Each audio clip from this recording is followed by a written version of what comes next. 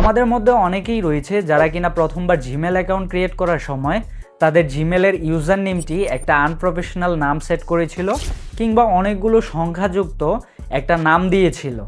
So এখন সময় এসেছে সেই নামগুলোকে পরিবর্তন করে আপনি আপনার পছন্দ মতো একটা নাম সেট করে নিতে পারবেন। জি হ্যাঁ, ঠিক এই রকমই একটা কার্যকরী আপডেট নিয়ে এসেছে গুগল। সো আজকের ভিডিওতে আমি আপনাদেরকে দেখাবো কিভাবে আপনি আপনার জিমেলের ইউজার নেমটি নিজের মতো করে পরিবর্তন করতে পারেন। মোবাইল স্ক্রিনে যাওয়ার আগে আপনাদের মাথায় নিশ্চয়ই একটা কোশ্চেন ঘুরছে যে আমরা যেই জিমেল অ্যাকাউন্টটা দিয়ে এতগুলো অ্যাকাউন্ট ক্রিয়েট করেছিলাম, লাইক ফেসবুকে অ্যাকাউন্ট ক্রিয়েট করেছি, ইনস্টাগ্রামে অ্যাকাউন্ট ক্রিয়েট করেছি, কিংবা টিকটকে অ্যাকাউন্ট ক্রিয়েট করেছি, কিংবা আদার্স যেই সাবস্ক্রিপশনগুলো আছে সেগুলো কি চলে যাবে না থাকবে? সো এগুলো কিছুই চলে যাবে না, সবগুলোই কিন্তু আপনার জিমেল অ্যাকাউন্টে থেকে যাবে। সো আপনি কিন্তু আপনার জিমেল অ্যাকাউন্টটি দিয়ে সবগুলো কিন্তু অ্যাক্সেস করতে পারবেন। সো বেশি কথা না বলে চলুন আমি আপনাদের আমার মোবাইল স্ক্রিনে নিয়ে যাই।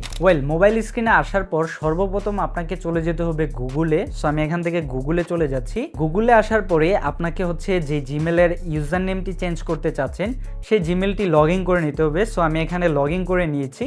সো এখান থেকে আমরা চলে যাব হচ্ছে উপরে যেই প্রোফাইল অপশনটি রয়েছে সেই প্রোফাইল অপশনে একটা ক্লিক করব।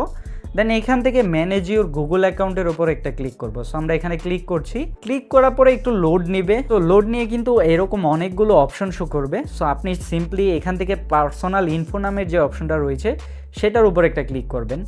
ক্লিক করার পরে আবারও একটু লোড নেবে, নিয়ে হচ্ছে এরকম অনেকগুলো অপশন পেয়ে যাবেন। এখান থেকে ইমেলের ভিতর আপনার ইমেলটি শো করতে থাকবে। সো আপনি জাস্ট আপনার ইমেলের উপর একটা ক্লিক করবেন।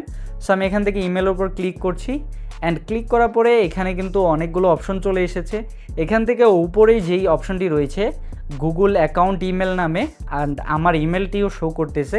সো আপনি সিম্পলি এই ইমেলের উপর একটা ক্লিক করবেন। সো আমি এই ইমেলের উপর ক্লিক করছি। ক্লিক করার পরে আপনাকে হচ্ছে ভেরিফাই করতে হবে।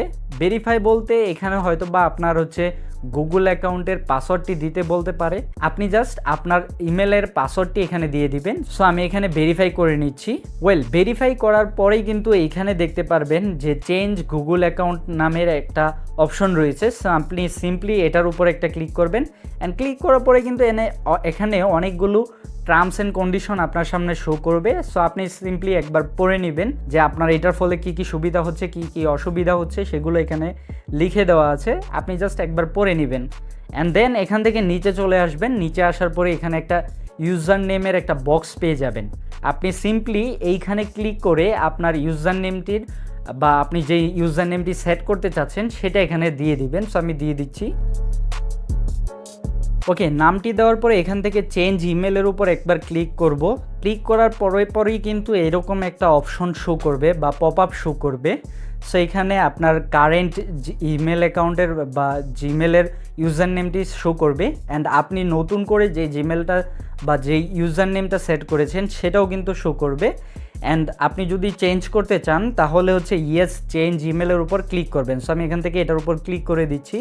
অ্যান্ড ক্লিক করার পরে একটু লোডিং নিয়ে কিন্তু আপনার জিমেলের যে ইউজার নেমটি রয়েছে সেটা কিন্তু চেঞ্জ হয়ে যাবে।